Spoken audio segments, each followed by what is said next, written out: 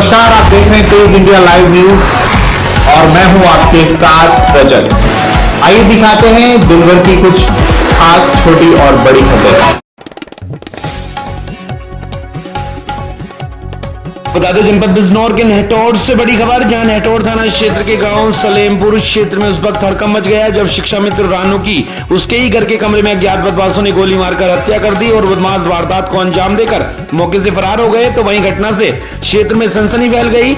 आपको बता दें वहीं परिजनों का रो रो कर बुरा हाल है। मौके पर पहुंची पुलिस ने शिक्षा मित्र के सबको कब्जे में लेकर पोस्टमार्टम के लिए जिला अस्पताल बिजनौर भिजवा दिया है और शिक्षा मित्र के परिवार ने आरोप लगाते बताया कि अज्ञात बदमाश घर में ही शिक्षा मित्र की गोली मारकर हत्या कर फरार हो गए। फिलहाल पुलिस अज्ञात बदमाशों की तलाश में जुटी हुई है। बिजनौर के नेहटौड़ से संवाददाता गुड्डू भारती की देखिए खास रिपोर्ट। 1 बजे ये घटना हुई है।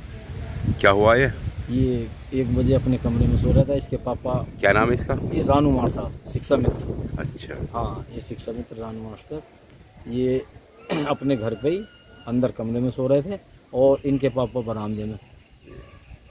हाँ, वहीं पर अपना जो है। तो क्या हुआ इनके साथ? ये किसी ने कोई आया, लड़का जो है पतला लंबा था, जो इसकी मम्मी बता रही हैं, और वो गोली मार के तुरंत। क्या हुआ, इनकी मौत हो गई? हाँ, इनकी मौत हो गई। यहाँ से ले गए, ये बिजनौर रेफर किया और बिजनौर जाके इनकी मौत हो गई। देर रात्रि में ग्राम सलेमपुरा थाना नेहटौड़ में एक व्यक्ति को गोली लगने की सूचना मिली थी। इस सूचना पर तत्काल पुलिस मौके पर पहुंची। घायल को उपचार हेतु हॉस्पिटल में भेजा गया। घायल का नाम रानू था, जिसकी उपचार के दौरान आज मृत्यु हो गई है।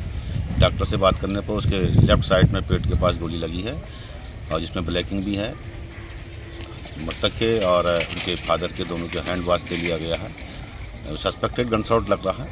इसमें विस्तृत जांच की जा रही है। प्रत्येक बिंदु पर जांच कर वैधानिक कार्रवाई इसमें की जा रही है।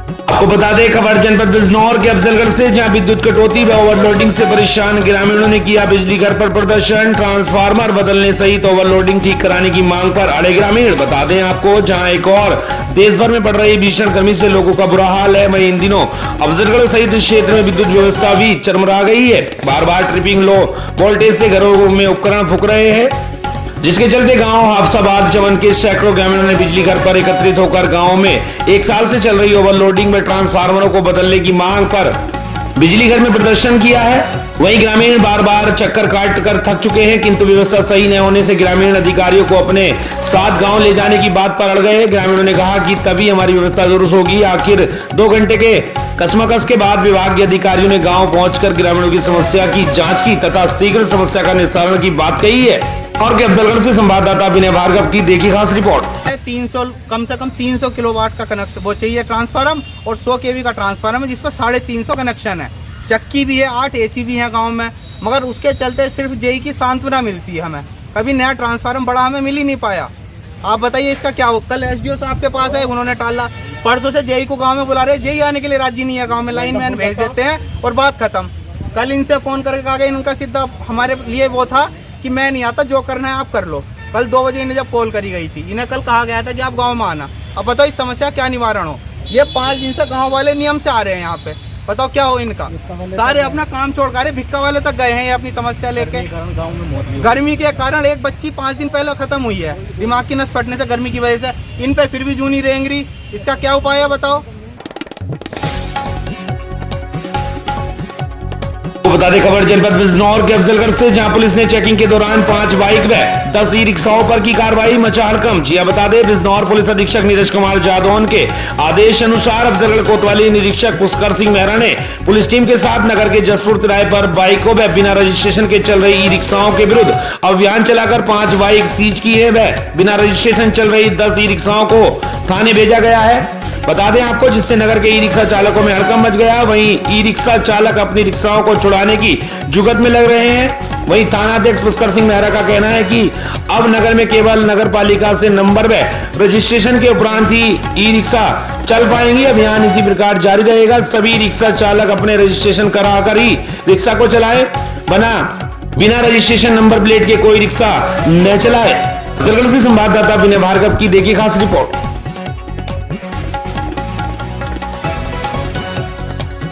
कल शाम थाना गंगो में 2 संबंधित पक्षों में, जो कि आपस में रिश्तेदार थे, दो युवकों में उनमें झगड़ा हुआ, जिसमें से कि एक युवक ने दूसरे पर चाकू चलाया। जो अभियुक्त है उसके खिलाफ मुकदमा दर्ज किया गया था तत्काल जानलेवा हमले का, और उसमें गिरफ्तारी भी की गई है। आज सुबह सूचना प्राप्त हुई है कि जो युवक घायल था उसकी मृत्यु हो गई है, और इस पर पुलिस द्वारा जो मुकदमा है उसको समुचित धाराओं में तरमीम कर पोस्टमार्टम रिपोर्ट और अन्य साक्ष्य संलग्न कर अभियुक्त को न्यायालय में पेश किया जाएगा, जहां पर कि हत्या के मुकदमे में उनकी रिमांड लेकर उन्हें जेल भेजा जाएगा। सर, विवाद क्या बताया जा रहा है? क्या पहले से विवाद था या कल ही कोई बात इनका आपस में हुई? दोनों युवकों में वही मौके पर ही किसी बात को लेकर कहासुनी हुई, जिस पर कि तैश में आके एक युवक ने दूसरे युवक पर चाकू चला दिया, जिसमें कि उसके पेट और गले पे वार किए गए थे। घटना के बाद अभियुक्त तुरंत मौके से फरार हो गया था। तत्पश्चात पुलिस ने मुकदमा दर्ज कर अभियुक्त की खोजबीन कर उसे गिरफ्तार किया है, और जो भी अभी तक घटनाक्रम हुआ है उसके साथ ही संकलन कर उसके विरुद्ध कार्रवाई की जाएगी।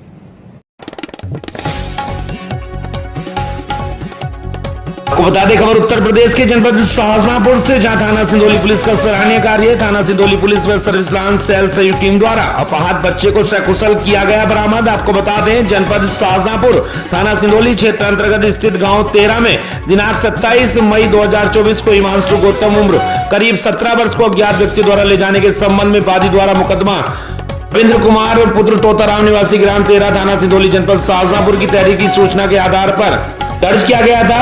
इसके चलते पुलिस ने तत्परता दिखाते हुए अपहत बच्चे को सकुशल बरामद कर लिया है। वहीं पुलिस की इस कार्यशैली को लेकर इसकी क्षेत्र में प्रशंसा हो रही है। शाहजहांपुर से हमारे संवाददाता विशाल श्रीवास्तव की देखिए खास रिपोर्ट।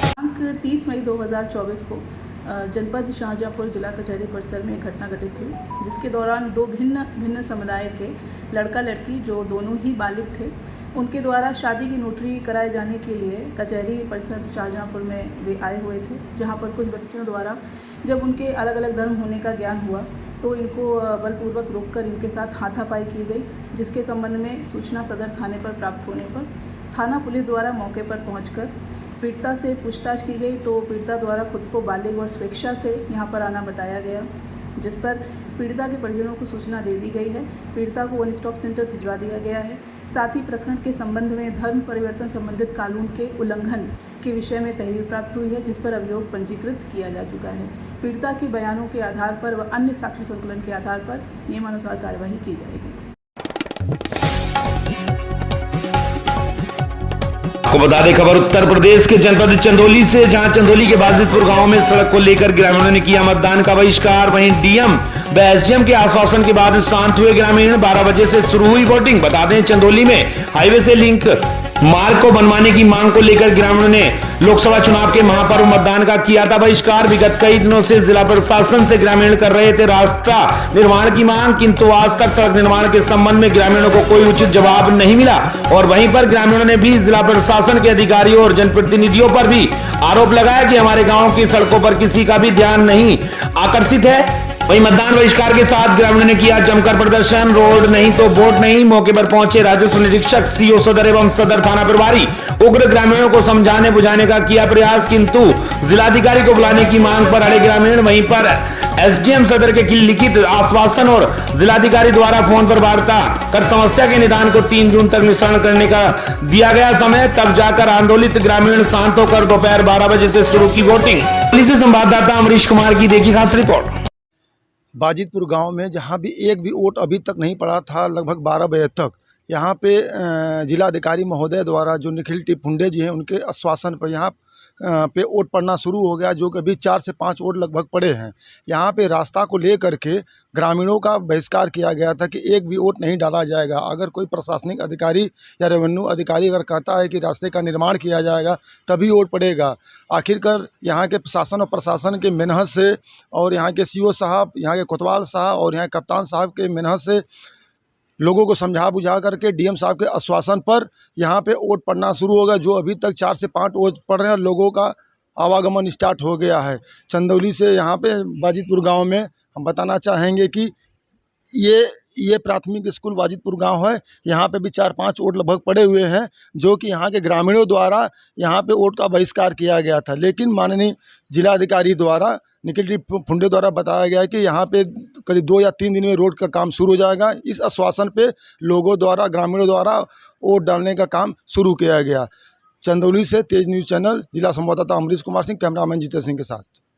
तिवारी, हम बाजितपुर के निवासी हैं और समस्त ग्राम आज जो है रोड के हमारा रोड खन के फेंक दिया गया, जिसके खिलाफ जो है पूरा गांव चुनाव का बहिष्कार कर दिया है। एक भी वोट नहीं पड़ा है, तो ये लोकतंत्र का महापर्व है, तो इसको बहिष्कार करके आपकी समस्या लोकतंत्र के महापर्व का हम बहिष्कार नहीं कर रहे हैं। लोकतंत्र में जो भी यहाँ कार्यरत अधिकारी हैं या जो भी कर्मचारी हैं, ये लोग हम लोग का खुद ही बहिष्कार कर दिए हैं। आज 5 दिन से एसडीएम साहिबा के यहाँ हम लोग दौड़ रहे थे। एसडीएम साहिबा के पास हम लोग के लिए समय नहीं था और 2 मिनट में हम लोग का 100 साल पुराना रास्ता बनने जा रहा था, उसको रोक दी। मतदान बहिष्कार जो था सड़क को लेकर, उसको 3 तारीख को बनने के लिए डीएम साहब ने और एसडीएम साहब द्वारा आश्वासन दिया गया है। इस पर पुनः मतदान शुरू हो गया है और सड़क बनेगी। सड़क बनेगी, अगर सड़क नहीं बनेगी तो भी ग्रामीण आंदोलित हैं, काफ़ी आपसे भी बातचीत हुई है, तो क्या नहीं, हमारे अधिकारी इस पर अच्छा पहल करेंगे और इसका निर्णय 3 तारीख को निश्चित लिया जाएगा।